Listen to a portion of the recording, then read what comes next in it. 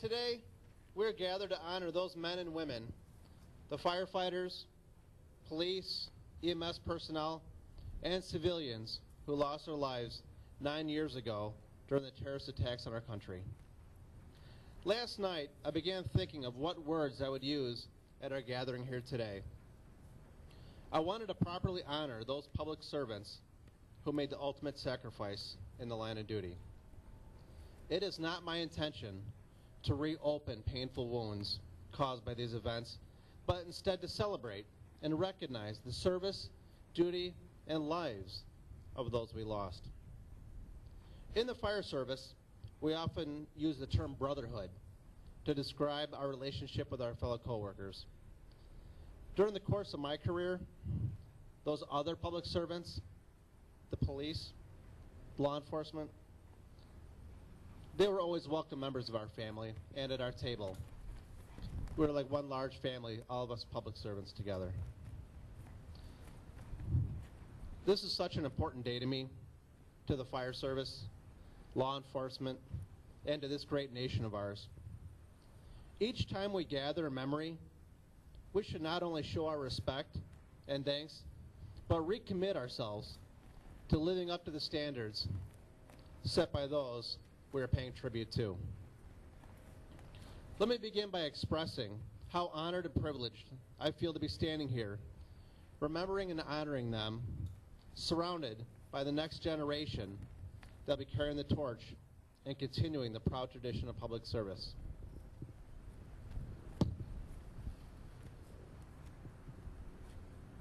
How clearly we all remember the terrible events of that morning in September. The world was transfixed by the horrific images being played on television screens and etched forever into our memory. Those of us in police and fire knew all too well the risks our brothers and sisters were taking in a valiant effort to save those lives, those people's lives that were in peril.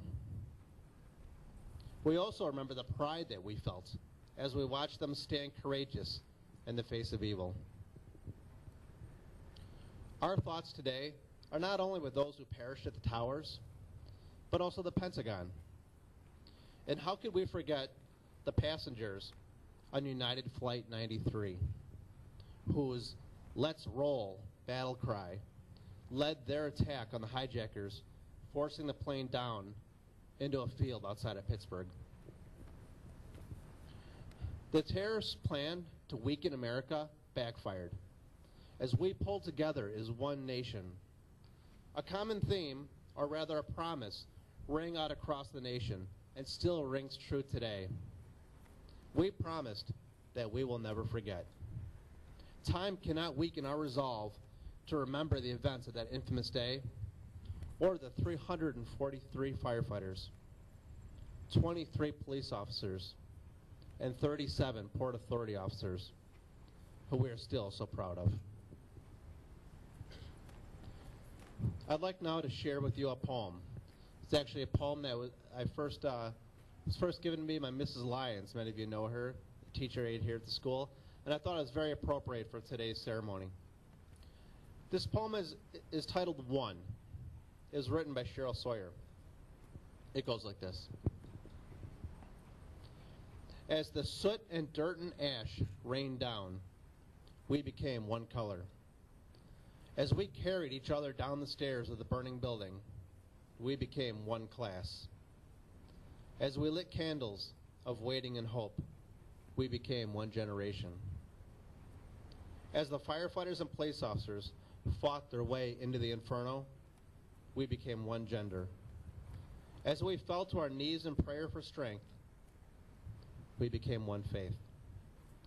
As we whispered or shouted words of encouragement, we spoke one language. As we gave our blood in lines a mile long, we became one body. As we mourned together the great loss, we became one family. As we cried tears of grief and loss, we became one soul. As we retell with pride of the sacrifices of heroes, we become one people. We are one color, one class, one generation, one gender, one faith, one language, one body, one family, one soul, one people.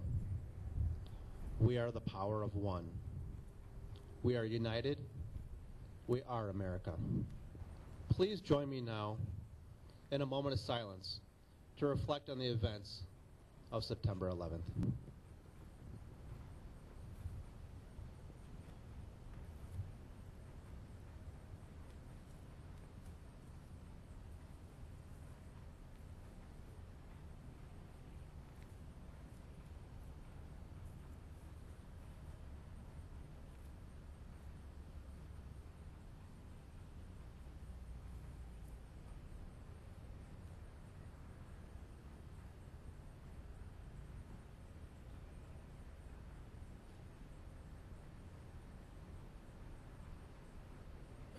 And so today, we once again keep alive the promise our nation made on September 11th, 2001.